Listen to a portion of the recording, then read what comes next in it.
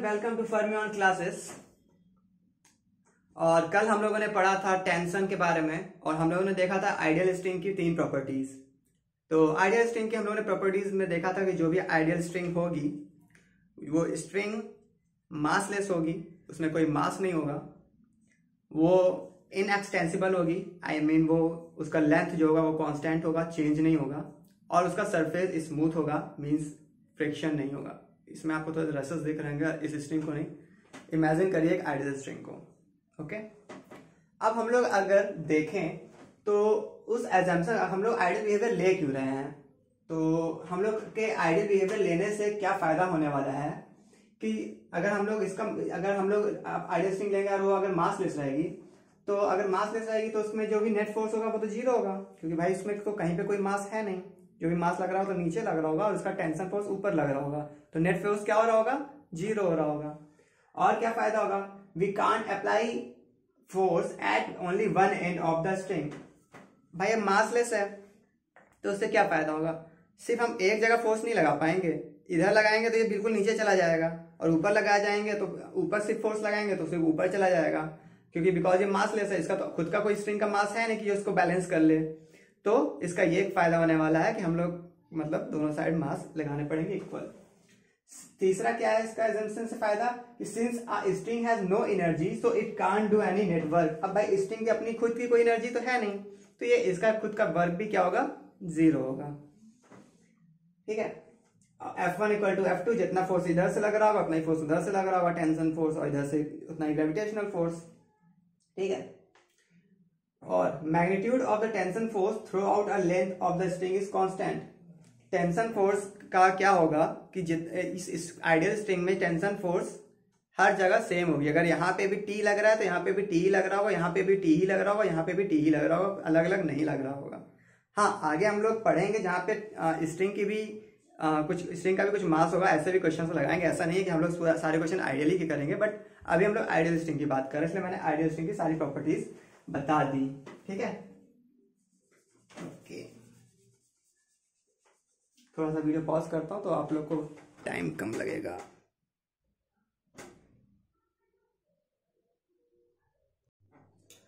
हाँ, तो आगे हम लोग देखते हैं एग्जाम्पल देख।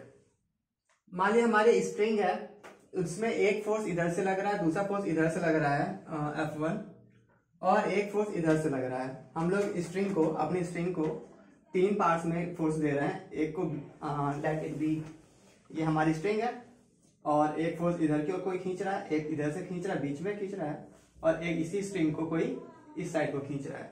तो आपको क्या बताना है, अब आप बताइए कि इस स्ट्रिंग में F1, F2 और F3 के बीच क्या रिलेशन होगा। तो हमने जैसे देखा कि आइडियल में बिहेवियर क्या होता है कि नेट फोर्स हम लोग का क्या होता है, जीरो होता है। नेट फोर्स जीरो मीन्स क्या, इसका साइड इस साइड को है, लेफ्ट साइड को है, तो इसका अगर हम लोग माइनस माने तो minus F2 plus F3, because ये राइट हैंड साइड है, और ये plus F1, net force equal to zero. Net force equal to zero, यही हम लोग अभी इसके पहले अभी यही तो देख रहे थे हम लोग एजम्पशन में। तो क्या हो जाएगा, F3 plus F1 equal to F2, और यही आपका क्या हो जाएगा, रिलेशन हो जाएगा इसका। ठीक है फ्रेंड्स, ओके।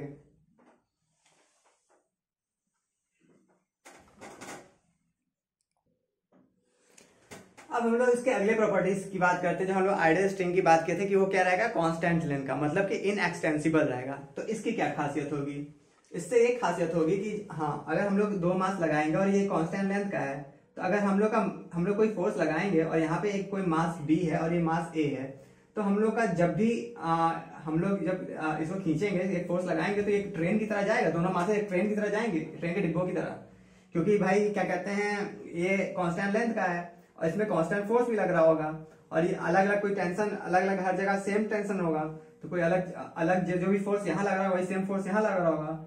तो ये क्या होगा, इसमें क्या हो जाएगा, वो सेम एक्सेलरेशन से, जिस एक्सेलरेशन से ब्लॉक B जाएगा उसी एक्सेलरेशन से ब्लॉक A भी जाएगा।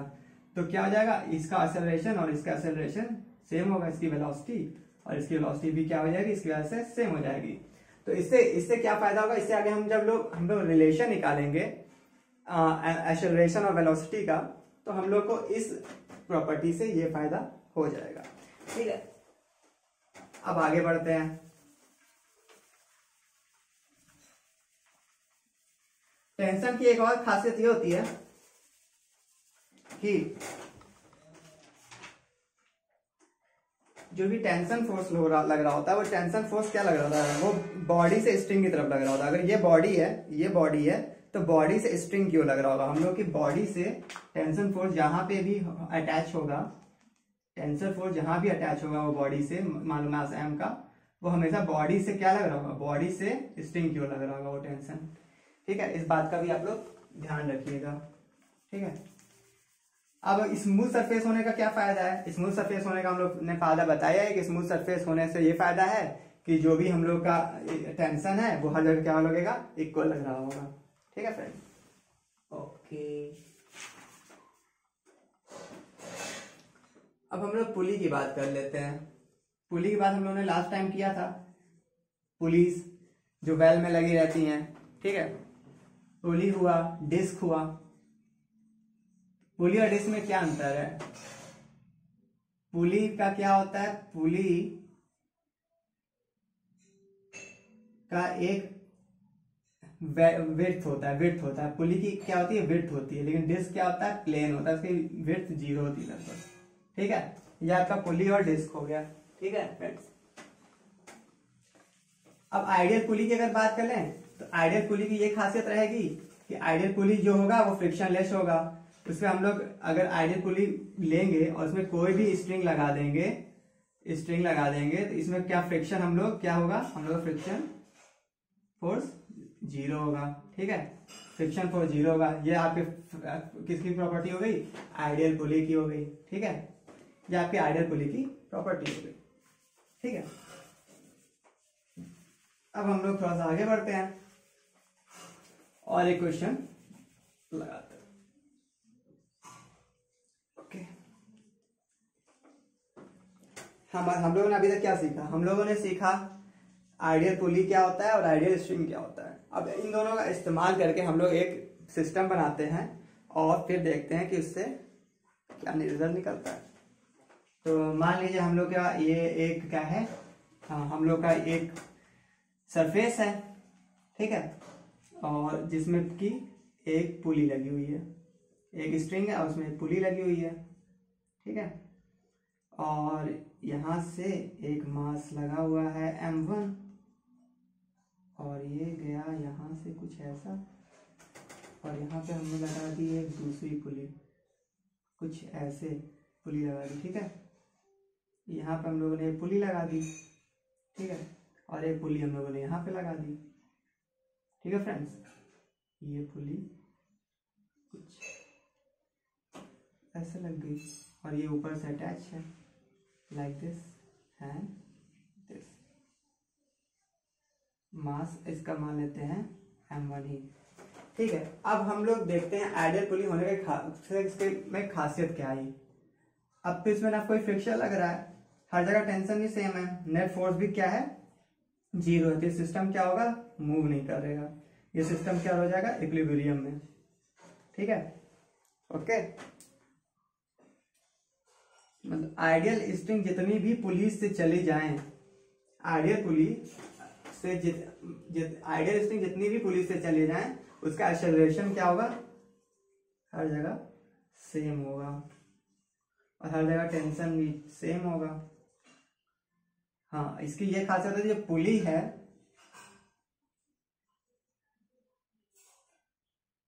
अगर यहाँ पे दोनों जगह टी लग रहा होता है तो पुली के जो अपवर्ड पे क्या लग रहा होता है, 2t लग रहा होता है। इस बात का आप लोग ध्यान दीजिएगा।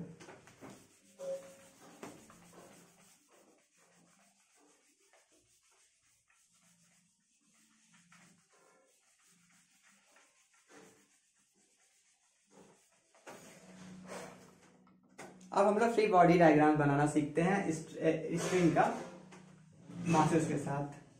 ठीक है, लेट हम लोग एक सरफेस ले लेते हैं, उसमें एक मास m लगा देते हैं, m1 लगा देते हैं और एक मास m2 लगा देते हैं। ठीक है फ्रेंड्स, और इसको लेट इट बी ब्लॉक ए और ये ब्लॉक बी। ठीक है, अब देखते हैं कि इसमें क्या कहते हैं, इसका एफबीडी कैसे बनता है। ठीक है, ओके, तो पहले हम लोग ब्लॉक ए ले लेते हैं। ब्लॉक ए लिए तो सबसे पहले इसमें लगा क्या, ग्रेविटेशनल फोर्स, जो कि लग रहा होगा डाउनवर्ड्स, m1g। पहले क्या होता था, सरफेस हुआ करते थे, जब हम लोग नीचे सरफेस रखा होता था और उसके ऊपर कोई मास m रखा रहता था, तो ये क्या करता था, नीचे की ओर एक ग्रेविटेशनल फोर्स देता था और ये सरफेस क्या देता था, ऊपर की ओर क्या, एक नॉर्मल देता था, एक नॉर्मल देता था। ठीक है, लेकिन अब तो नॉर्मल लगेगा नहीं क्योंकि नीचे तो कुछ है नहीं, तो उस नॉर्मल की जगह यहाँ पे क्या लग रहा है, टेंशन फोर्स लग रहा है, जो कि बॉडी से स्ट्रिंग की तरफ लगता है।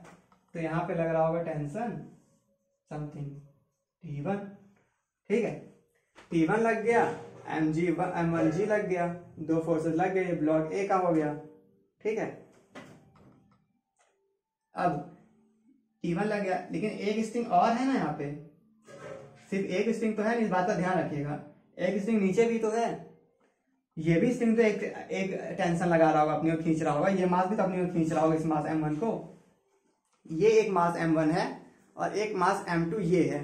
ठीक है, ये अगर खींच रहा है, ये किसी अपवर्ड, हम लोगों ने इस अपवर्ड सरफेस से लगा दिया, और अगर ये खींच रहा है तो ये नीचे वाला भी तो खींच रहा होगा, नीचे वाला मास भी खींच रहा होगा, तो ये भी एक टेंशन दे रहा होगा, उसको हम लोग मान लेते हैं समथिंग T2। ये आपका बीडी बन गया किसका, ब्लॉक ए का। अगर हम लोग ब्लॉक बी की बात करें तो ब्लॉक बी में मास क्या है, m2 है।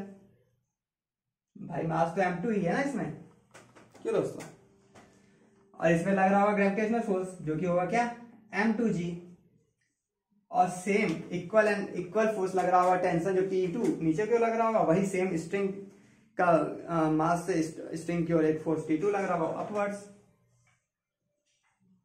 और तो कुछ लग नहीं रहा, कि और भी कुछ लग रहा होगा, बताइए।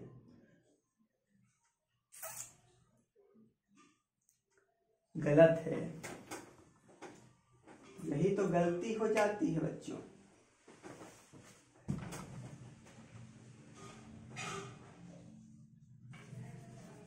यहां पे जो T2 लग रहा होगा वो डाउनवर्ड्स ही लग रहा होगा।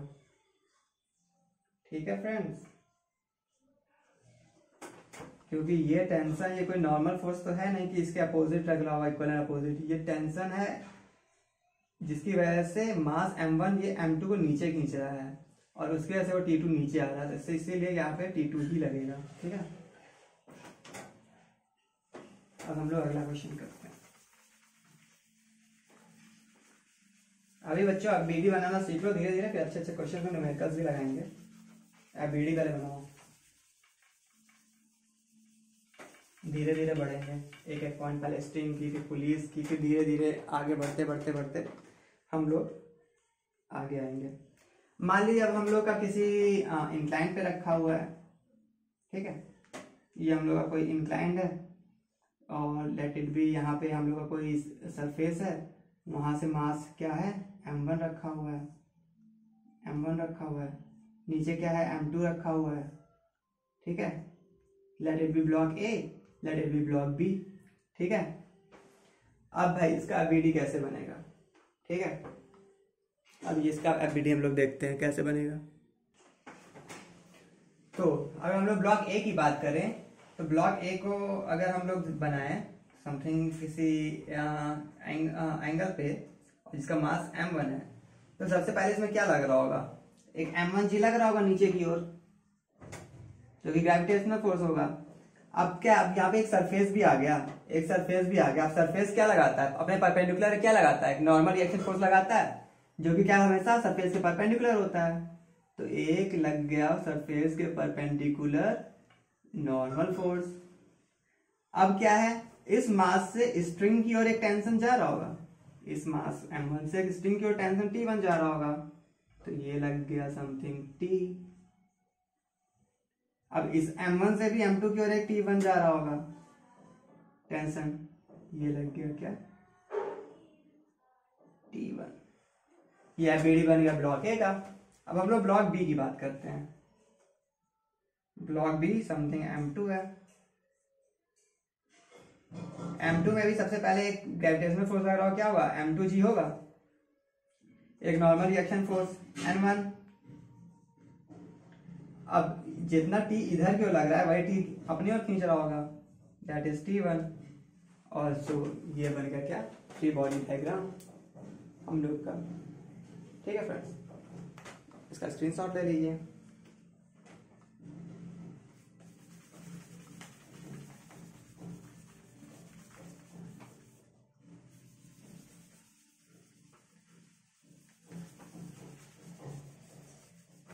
अब हम लोग अगला क्वेश्चन देखते हैं। हम लोग किसी वेज के ऊपर रखते हैं, वेज और पुल्ली का यूज करके हम लोग एक एबीडी बनाते हैं। तो let it be a wedge, जो कि किसी का मास क्या है, m है, उसका मास हम लोग m ले लेते हैं और एक पुल्ली ले लेते हैं। ठीक है, पुल्ली रहेंगे हम लोग, कौन सी पुल्ली लेंगे, आइडियल पुल्ली लेंगे।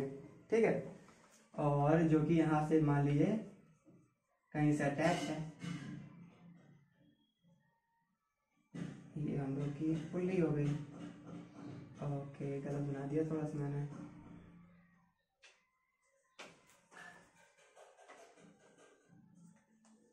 ये पुल्ली हो गई जो किसी मास m को रोक रही है। अब हम लोग बनाते हैं इसकी एफबीडी। अब आएगा मजा। मान लीजिए हम लोग का ये A है वेज और मास जो ब्लॉक है वो B है। ठीक है, तो अब हम लोग क्या करेंगे, ठीक है, तो हम लोग पहले ब्लॉक A की बात करते हैं। तो ब्लॉक A है, ब्लॉक A पे ये हम लोगों का मास m है। तो सबसे पहले फोर्स लग रहा होता है जो हम लोग की mg लगा देते हैं, ग्रेविटेशनल फोर्स। अब इसको तो मुझे लगता है मुझे को बताना ही नहीं चाहिए क्योंकि ये बहुत हो गया। ठीक है, और ये ऊपर हम लोग एक पुली बना लेते हैं। ये पुली दे रही होगी टेंशन, इधर की ओर T और इधर की ओर भी सेम T, मास की ओर। ठीक है, यहाँ पे एक सरफेस है, सरफेस इस मास को क्या लगा रहा होगा, नॉर्मल लगा रहा होगा। सेम वही equal and opposite reaction normal इधर की ओर लगा रहा होगा कि नहीं लगा रहा होगा। तो इधर एक ये नॉर्मल लग गया n। ठीक है, ये समथिंग मान लो थीटा हो जाएगा, तो बाद में इसको इधर कर लेंगे तो n cos थीटा हो जाएगा। तो n cos theta equal to mg। ये सब क्वेश्चन हम लोग बाद में करेंगे एज ए न्यूमेरिकल। ठीक है, अभी मैं तो सिर्फ आपको एबीडी बनाना सिखा रहा हूँ। अभी बहुत धीरे धीरे हम लोग बढ़ रहे हैं, एकदम बेसिक से हम लोग बढ़े हैं। हाँ, मे भी कहीं प्रॉब्लम हुई होगी तो आप लोग कमेंट कर दीजिएगा, बट एकदम बेसिक से शुरू कर रहा हूँ मैं और एक एक स्टेप बता रहा हूँ। अभी तो न्यूमेरिकल लगाने बाकी है, अब इस पे हम लोग वैल्यूज रख के पुट करके सब बताएंगे। अभी तो सिर्फ बेसिक मैं सिखा रहा हूँ कैसे आप बीडी बनाते हैं, क्योंकि जब तक आप बीडी नहीं बनाते हैं अब न्यूटन लॉ ऑफ मोशन में क्या करेंगे मुझे नहीं पता। तो इसलिए मैंने स्टार्टिंग ही बीडी से की। और सब लोग टीचर्स देखते हुए क्या करते हैं, और सब टीचर्स पहले Newton first law of motion, second law of motion, फिर धीरे धीरे बीडी पे आते हैं। मैं सोचा थोड़ा सा अलग करते हैं और आपको पहले कुछ ऐसा बताते हैं। ठीक है, अब हम लोग अगर मास B की बात करें, ठीक है, B की बात करते हैं, तो B हमारा कुछ ऐसे है जो कि एक सरफेस पे है M पे। तो इस पे क्या लगेगा, सबसे पहले तो ग्रेविटेशनल फोर्स mg लगेगा, एक टेंशन T लग रहा होगा इस साइड को, सेम टेंशन T, और इधर से क्या लग रहा होगा, सरफेस के परपेंडिकुलर नॉर्मल। बस हो गया, इतना सिंपल सा है, स्क्रीनशॉट ले लीजिए। ठीक है, तब तक मैं इसको रब करता हूँ, अब टाइम ना वेस्ट हो थोड़ा सा। तो फ्रेंड्स, अब हम लोग अगला क्वेश्चन करते हैं। थोड़ा सा मजेदार क्वेश्चन आप लोगों को दिख रहा होगा। इसमें एक स्ट्रिंग लगी हुई है और एक पुली भी लगी हुई है, बड़ा मास m भी है, इसमें से एक m भी अटैच्ड है। अब इसका वीडियो देखते हैं। वैसे मुझे तो लगता है ये कुछ खास है नहीं। अब आप लोग इतना सीख चुके हैं कि ये तो इजी लग रहा होगा, बट आप लोग ट्राई करिए। 5 सेकेंड इसका वीडियो पॉज करके आप लगा सकते हैं, फिर मैं अगला क्वेश्चन मैं ये क्वेश्चन मैं कर रहा हूँ और आप लोग लगाइए, स्क्रीनशॉट ले लीजिएगा और लगाते रहिएगा, लेकिन मेरे को बताना है अभी जल्दी में। तो ये मास m है, ठीक है, जो कि यहाँ पे एक सरफेस से लगा हुआ है, बड़े मास m से। तो इस सबसे पहले क्या लग रहा होगा, इसका नॉर्मल यहाँ पे लग रहा होगा n, एक mg लग रहा होगा डाउनवर्ड्स। ठीक है, अब क्या खास बात है, इसमें टेंशन है, स्ट्रिंग है। स्ट्रिंग में हमने एक प्रॉपर्टी क्या बताई, स्ट्रिंग हमेशा टेंशन कहाँ से देता है, अपने बॉडी से स्ट्रिंग की ओर देता है टेंशन। तो बॉडी है, बॉडी से स्ट्रिंग की ओर टेंशन T हो गया, और ये बन गया आपका बीडी इसका ए का। अगर हम लोग बी की बात करते हैं और बी में हम लोग का है क्या, बड़ा मास एम है, समथिंग बड़ा मास एम है, जो कि क्या लगा हुआ है, एक पुली से लगा हुआ है। ओके, और यहाँ पे आपका क्या है, स्ट्रिंग है। तो यहाँ पे क्या क्या लग रहा होगा, सबसे पहले तो एम का mg लग रहा होगा डाउनवर्ड्स, mg लगा डाउनवर्ड्स, ग्रेविटेशनल फोर्स, बोलिए भैया जल्दी जल्दी जल्दी बोलिए, mg लग रहा है, mg लग रहा है। इधर से क्या था, यहाँ की नॉर्मल लग रहा था, इसके इक्वल एंड अपोजिट नॉर्मल लग रहा होगा, यहां से लग रहा होगा, ये क्या लगा, नॉर्मल लगा। अब क्या लग रहा होगा, स्ट्रिंग का टेंशन लग रहा होगा, कहां से कहां लगता है, मास से लगता है। हम लोग का जहां पे भी मास होता है मास से लग रहा होता है। ये आपका यहां पे टेंशन लग गया।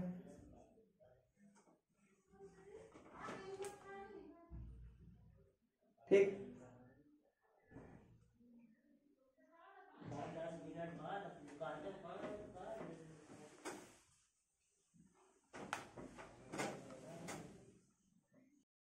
तो फ्रेंड्स अगला क्वेश्चन देखते हैं। हमारे पास कुछ ऐसा सिस्टम है जिसमें एक मास भी इंक्लाइंड है, सरफेस भी इंक्लाइंड है, और हम लोग के पुलिस भी इंक्लाइंड है। अगर हम लोग इसकी बात करें, let it be block A and it be block B, और अगर हम लोग इसका एफबीडी बनाए तो कैसे बनेगा। हम लोग पहले ए की बात करते हैं, जो कि किसी सरफेस पे क्या है, इंक्लाइंड है, किसी एंगल पे, मास एम है जिसका। ओके, और तो इसमें सबसे पहले हमारा क्या लगेगा, ग्रेविटेशनल फोर्स, जो कि नीचे लग रहा होगा mg। फिर हम लोग का सरफेस के परपेंडिकुलर हम लोग का लग रहा होगा क्या, नॉर्मल फोर्स, जो कि होगा क्या, m। फिर हम लोग का ये एक सरफेस है, देख रहा हूं तो ये भी एक सरफेस है, इसके भी परपेंडिकुलर कुछ लग रहा होगा, इसके परपेंडिकुलर लग रहा होगा नॉर्मल, कहाँ पे, यहाँ पे, और something let it B n1। अब क्या बचा, ये पुली बची, ये पुली है। इधर का टेंशन किधर जा रहा होगा, सरफेस से स्ट्रिंग की ओर टी, और इधर किधर जा रहा होगा, सरफेस से स्ट्रिंग की ओर, दैट इज टी। ये आपका क्या हो गया, ब्लॉक ए का एफबीडी। अगर हम लोग ब्लॉक बी की बात करें तो ब्लॉक बी कुछ ऐसे लगा हुआ है, जिसका मास क्या है, स्मॉल एम। इसमें क्या लग रहा होगा, नीचे की ओर mg, तो इसकी बात ही करना मैं छोड़ देता हूँ। और एक n1 इसके अपोजिट रिएक्शन लग रहा होगा, यहाँ से n1 लग रहा है, और ऊपर की ओर क्या लग रहा है, टेंशन t। नोट कर लीजिए। अब हम लोग बात करते हैं, अगर हम लोग के पास कोई स्ट्रिंग है जो कि किसी सरफेस पे टंगी हुई है, और उस पर कोई इंसान चढ़ता है, इंसान, अभी हम लोग बंदर को चढ़ाएंगे, इंसान को चढ़ाएंगे, चलो बंदर को ही चढ़ाते हैं। ठीक है, पहले इसको रब कर देते हैं। ठीक है, स्क्रीनशॉट ले लिया या फिर नोट कर लिया, जल्दी जल्दी करते हैं, नहीं तो आप लोगों का टाइम वेस्ट हो।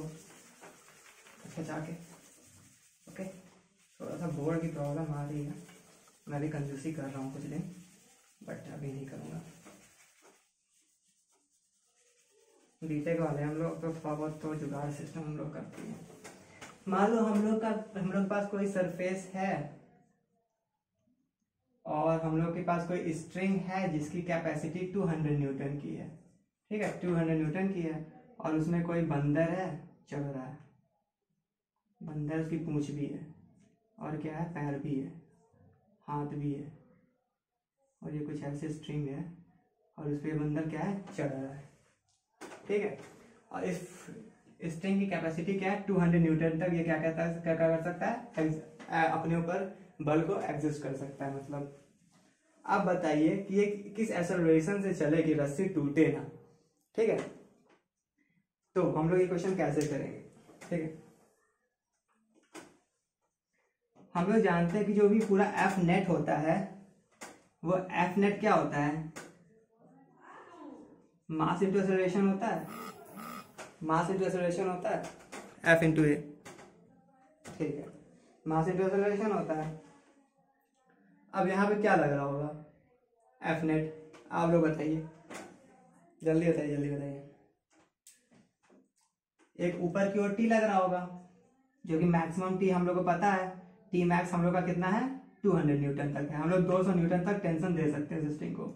और नीचे क्या लग रहा होगा, इस बंदर का मान लो कुछ मास है, इस बंदर का मास मान लेते हैं हम लोग का 10 kg है, 10 kg मास है इस बंदर का, ठीक है, 10 kg मास इस बंदर का है, ये ऊपर की ओर चढ़ रहा है। हम लोग को एक्सेलरेशन, वो मैक्सिमम एक्सेलरेशन बताना जब तक ये रस्सी क्या हो, टूटे ना, जिस एक्सेलरेशन से ऊपर की ओर चढ़े, ठीक है।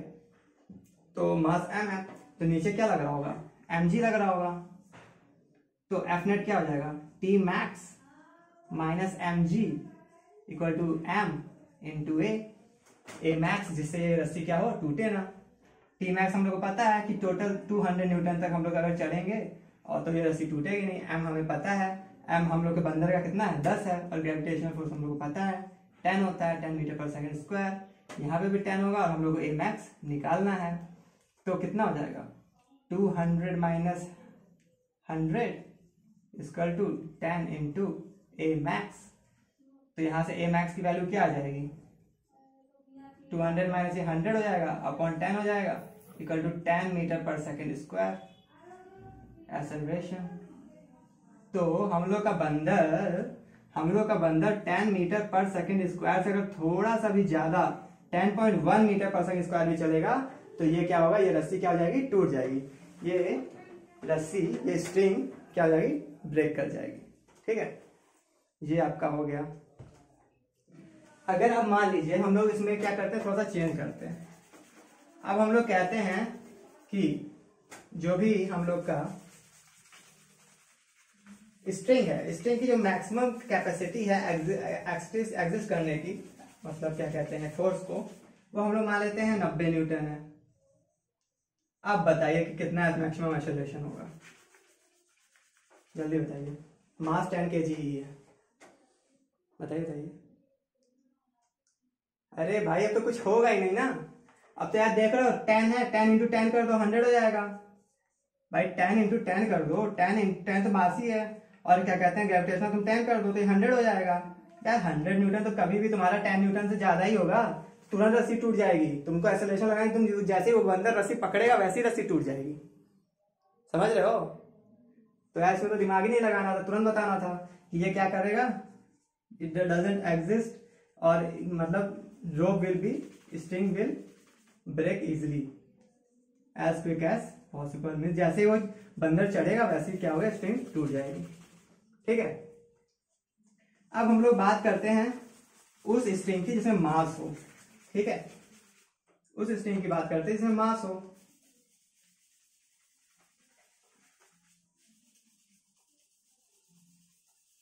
मान लो हमारे पास कोई एक क्या कहते हैं सरफेस है, रूफ है, और उस पे हम लोगों ने कोई स्ट्रिंग ली जिसका मास क्या है, समथिंग m है, और ये क्या है, हम लोगों ने एक बड़ा m लगाया हुआ है, बड़ा m लगाया हुआ है। ये पॉइंट हम लोग मान लेते हैं a है और ये पॉइंट b है। अब पूछ रहा है पॉइंट a पे टेंशन बताओ, तो क्या होगा, यहाँ तक का ये मान लो कि ये हाफ एरिया है, ठीक है, हाफ है, तो यहाँ तक का m/2 होगा और यहाँ तक का भी m/2 होगा, ये मास m है। तो पॉइंट ए पे क्या लगा हुआ, एफ नेट क्या होना चाहिए, एफ नेट 0 होना चाहिए पॉइंट ए पे। अब पूरा मास जो भी होगा, पूरा मास यहाँ तक का होगा, पॉइंट ए पे जो भी मास लग रहा होगा पूरा मास कहाँ तक होगा, यहाँ तक होगा, पॉइंट ए तक का होगा, जो कि कितना होगा, m/2 प्लस m होगा। भाई अभी तक क्या होता था, मासलेस स्ट्रिंग होती थी, तो भाई कहीं पे भी हम लोग अगर टेंशन देखें तो टेंशन क्या होता था, बराबर होता, लेकिन अब ऐसा नहीं होगा। अगर हम लोग पॉइंट बी पे टेंशन निकालें तो अभी पॉइंट बी पे टेंशन क्या होगा, mg होगा। लेकिन अगर हम लोग पॉइंट ए पे बात करें तो पॉइंट ए पे क्या होगा, भाई यहाँ पे मास तो बढ़ गया ना, m+2 भी जुड़ गया m के साथ, भाई पूरा ये मास है उसके ऊपर ये स्ट्रिंग लगी हुई है, m+2 प्लस m इंटू जी, ये आपकी t की वैल्यू हो जाएगी। तो ये होता है किसका, ये होता है आपके मास के साथ वाले स्ट्रिंग का इक्वेशन। मीन्स अगर आपके पास मास वाला स्ट्रिंग है तो आपके हर जगह पे टेंशन क्या होगा, अलग अलग होगा। एक क्वेश्चन कर लीजिए, आपको करना हो, अगर नहीं समझ में आ रहा तो इसको ऐसे भी कर सकते हैं। अब मान लीजिए कि पॉइंट ए, यहाँ पे एक m है और इसको आप एक मासलेस स्ट्रिंग मान लीजिए। चलिए मैं इसको एक मासलेस स्ट्रिंग मान लेता हूँ। अगर इसको हम लोग मासलेस स्ट्रिंग मान लेते हैं तो मान लीजिए यहाँ पे कोई मास क्या है, स्मॉल m है, और यहाँ पे m है। तो अगर अब हम लोग यहाँ पे निकालेंगे तो क्या होगा, यहाँ पे अगर यहाँ पे हम लोग टेंशन T निकालें तो T क्या होगा, यहाँ पे m प्लस ये m प्लस m होगा, m प्लस m,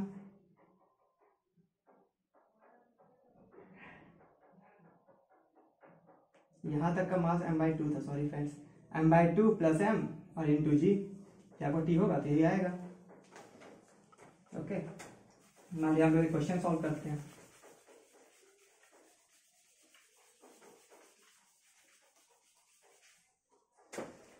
हम लोग के पास कोई मान लो 5 kg का क्या है, 10 kg का मान लेते हैं, 10 kg का एक स्ट्रिंग है और उसमें मास लगा हुआ है किसने का, 20 kg का। अब बता पॉइंट ए पे टेंशन कितना होगा, बता।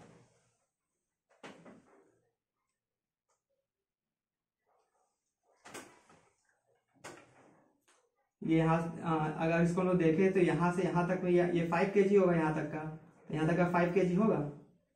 और हम लोग सिर्फ अगर यहाँ तक की बात करें तो एक टोटल कितना मास हो जाएगा, 20 प्लस 5 25 हो जाएगा, इंटू जी कितना है, 10 है, टेंशन कितना हो जाएगा, 250 न्यूटन।